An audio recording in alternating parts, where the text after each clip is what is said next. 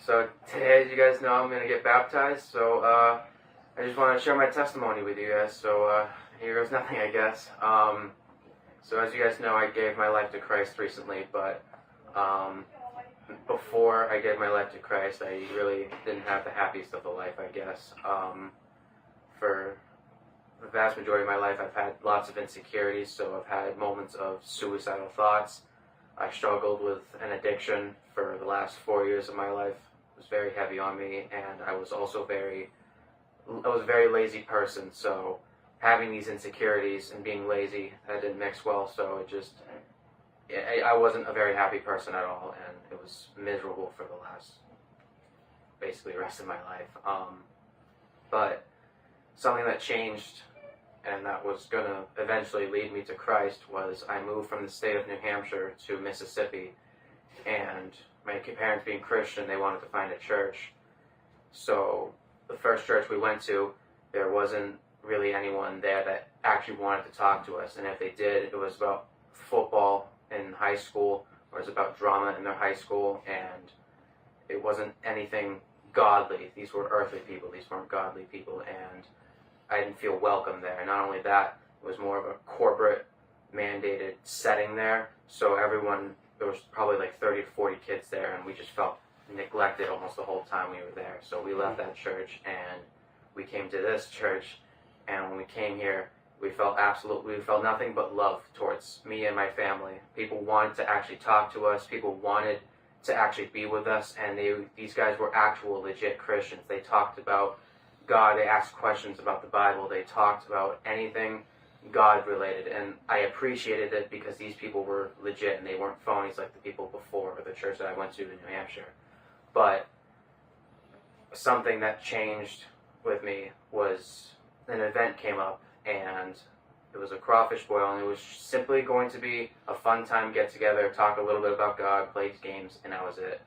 But when I went to it and I left, what I didn't expect to leave that place with was a feeling of belonging, of wanting that people loved me here, that, sorry, I'm getting a little emotional, but people would miss me if I didn't go there. So, when I left that place and I felt loved, I hadn't felt in years, I decided that if I want to possibly get any closer to these people, I know that the first step I would have to take is I need to actually get into a relationship with Jesus and start taking the Bible far more seriously than I ever have in my life. And I knew that my youth pastor, Pastor Joe, was extremely wise in the Word of God.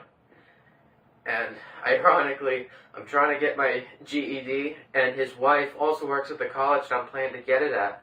So with all these thoughts in my head being collected and moving, I thought of it as God snapping his fingers in my face saying, "John, do you see me once and for all?" And it was like I took off my glasses and he was right there in front of me, and it was like, "Oh, here you are. Okay, I'm opening the door for you." So I started reading my Bible for a couple weeks, and eventually I gave my life to Christ.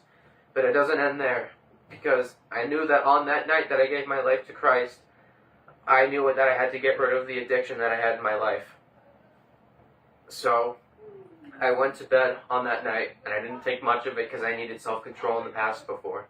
But I knew on that second night, God was going to test me, and I was going to have to face through this addiction on my own. And on that second night, I passed through the entire day without any problems at all, and I knew that on that night, he took away my entire addiction.